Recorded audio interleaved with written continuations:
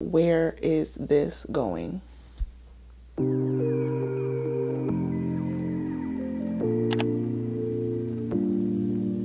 Hey guys, welcome back to my channel. It's Lexi, and tonight's video, you know why you're here. Recap, review, Insecure, Season 5, Episode 6. I'm at a point where I don't know what's going on.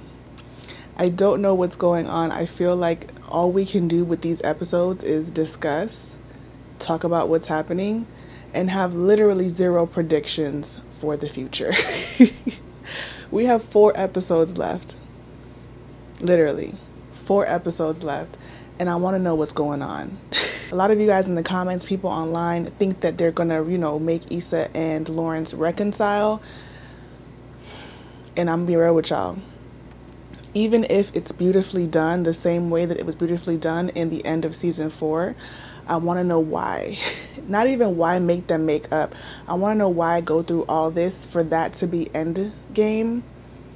Why bring Nathan and Issa back together a whole year later, and then you're breaking them up right now in this episode. It seems like I'm just really lost. But let's discuss the episode, because all these predictions really mean nothing until we get what we get, right? So let's go through the episode. I'm really trying just to watch and enjoy and just take it in, but I really can't help but wonder where they're taking it, because I just really want to know. And if I could just binge the last 4 episodes literally right now, I would, because I'm like, where is this going? Give me the end. Because it's like a real roller coaster. And I think I'm too invested. I'm 5 seasons in. We're all 5 seasons in. We're too invested for the confusion. It seems as if the only person getting a happy ending right now is going to be Molly and Torian. I don't know what's happening with Issa. Don't know what's happening with Nathan. Lawrence seems to be doing okay. So when the episode opened up and Issa talking about wait, I really was like, what are we waiting for? What are we waiting for? Because there is nothing, in my opinion, to say. If I'm Issa, I would have been ghost. I wouldn't even have let Lawrence see me in real life. And if there's a chance that he did see me, I would have been so far across the hallway that he couldn't even have caught me if he wanted to. So I was like, what is she saying wait for? I was very happy that it was one of those fake out dream things, because they haven't done a fake out type of situation, I feel like, in a while. I feel like the scene where they had Issa and Lawrence, I had that whole proposal, marriage, baby situation, was the last fake out that I can remember. But obviously there could be other ones that I don't remember. But anyways, very happy it wasn't real, because we have had enough embarrassment and enough awkward conversations this series to last us a lifetime. So I was happy that did not happen.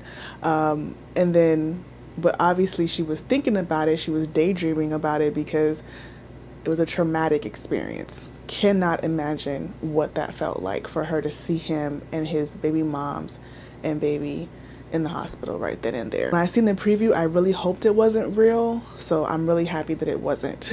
Moving on, we go into this awkward sex scene with Nathan, and I feel like I mentioned in the comments last week, when we first met Nathan, they had a lot of chemistry. Everything seemed so easy, so organic, to where this reconciliation period has really felt awkward and uncomfortable, even as someone that likes the character of Nathan. And I feel like it's intentional, because by the end of the episode, they're not even really working out, So it's just was it just to fill space, to fill time between what's really going to be the end because of the series?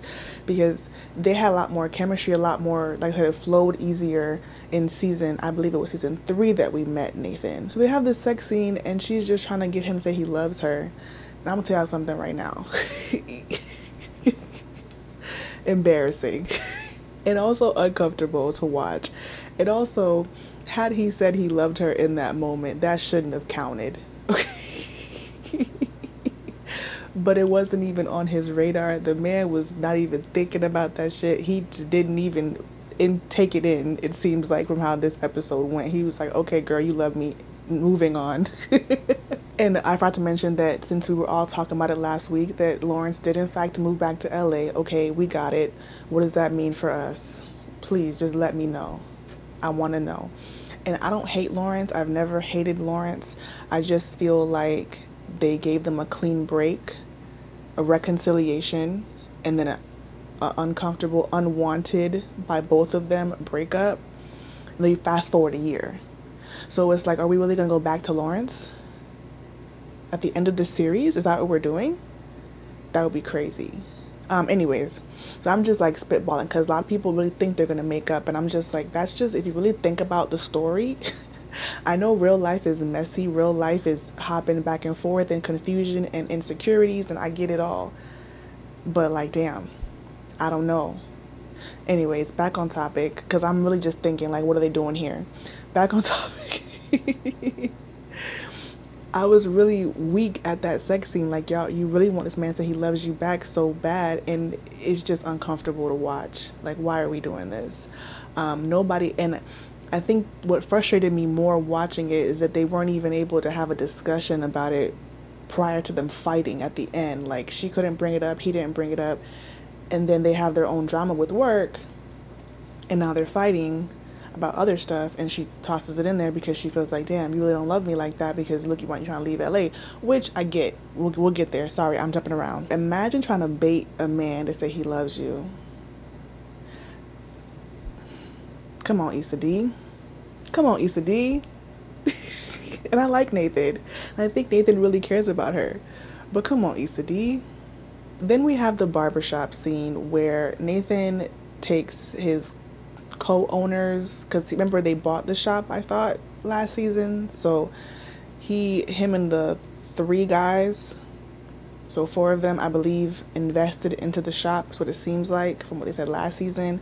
And he takes the angry ones clients, and he was angry at the beach with the pizza. So he's just an angry dude. He's really just more so full of himself because he's bringing in the celebrities and he's bringing in the publicity because the celebrities bring publicity, and he's just the hotshot of the barbershop. And I know we all heard it before. You don't take somebody's client. I get it. So I get it. And Nathan even said, I'll take the heat when he took that man's client. So everybody knew what was going on. It wasn't really the right thing to do when it comes to barber etiquette. But the other guy, I forgot his name, but the one that was saying that Buddy ate his food, he was like he didn't say don't do it. And the other guy that Molly slept with didn't say don't do it.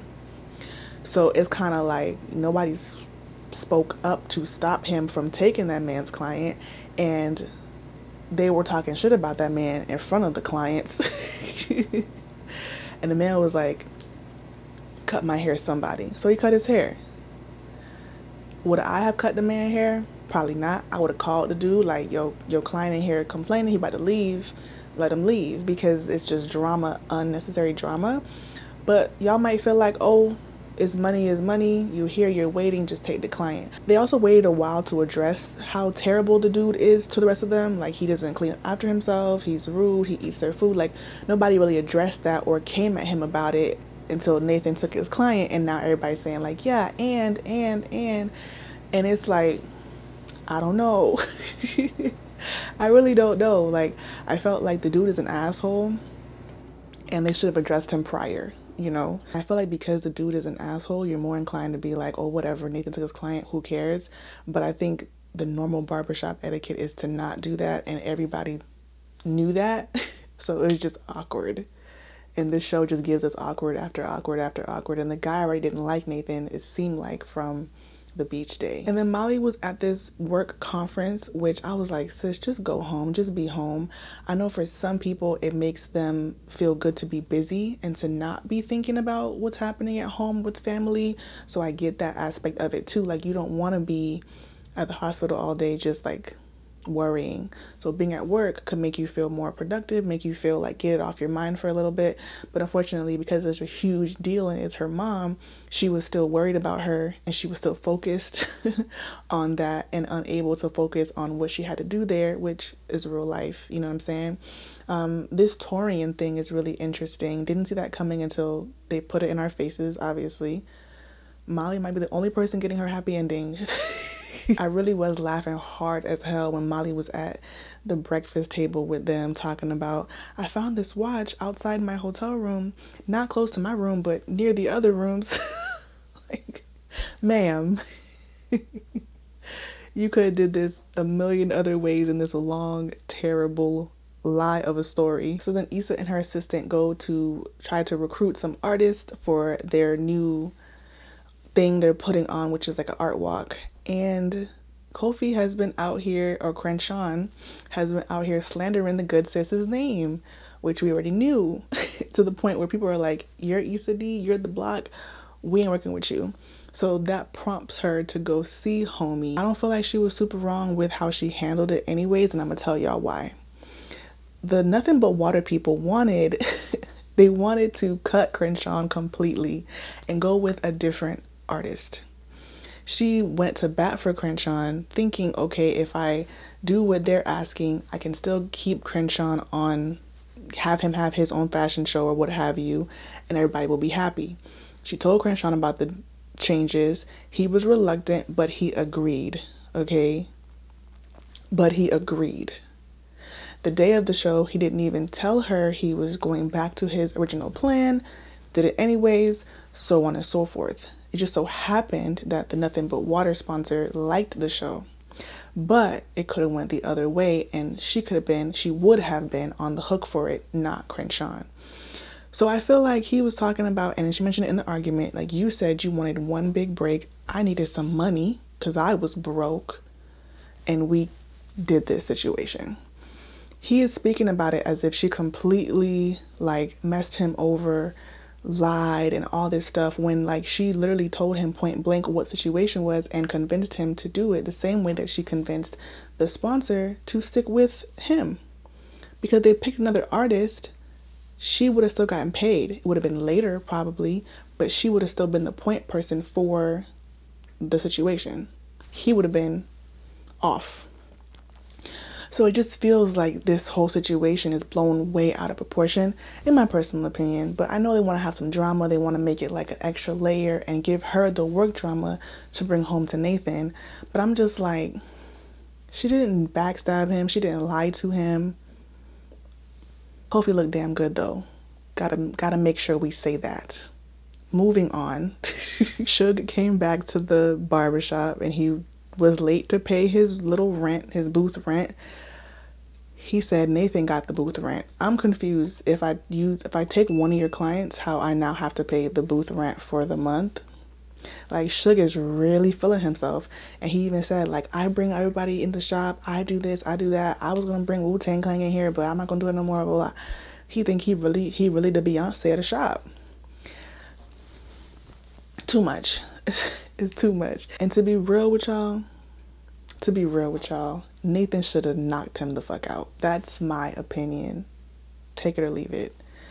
He really was getting real comfortable. He wanted to tussle, okay? And if you want to tussle, let's tussle. I don't know. We seen Nathan beat somebody ass in an Uber. Big dude. So I got faith in this man. Let me shut up. Anyways, child. Rude as hell, and obviously triggered Nathan and put him in a salty mood, because who wouldn't, you know what I'm saying? And he's just a rude being. Even when they were at the beach, rude as hell. We met him as a rude person. And actually in the episode where Issa and Nathan are talking about the beach day, you can see him in the background, like on the computer, like having no interest in the conversation and not really caring, because he thinks that he doesn't need to be a part of the group situation, because he's the hot shot. Too much. And I also question for the Insecure, where is this going? Because all they did was, now we pushed Nathan into a dark space to where he's talking about he want to leave LA, which of course, if that's your boyfriend who you just declared your love to, who y'all just finally are on the same page, talking about he want to leave LA, it is like, God damn, we just got here, like just now, like last week. Anyways, so then Molly kind of stumbles and fumbles a bit during her presentation with Torian. Torian has to carry the whole presentation, and he mentions it later at dinner or drinks, whatever, on the couch. He was like, my back is hurting from having to carry the whole presentation. Very cute. And they're like bonding, you know. She tells him about her mom. They have this whole little moment, well, a few moments that night. And it's just like, okay, Molly, forming a genuine connection outside of sex and also outside of like expectations. Like they seem to actually be liking each other naturally, which is why I say Molly may be the only person getting a happy ending. And then Issa is getting some food and has another daydream fake thing about Condola.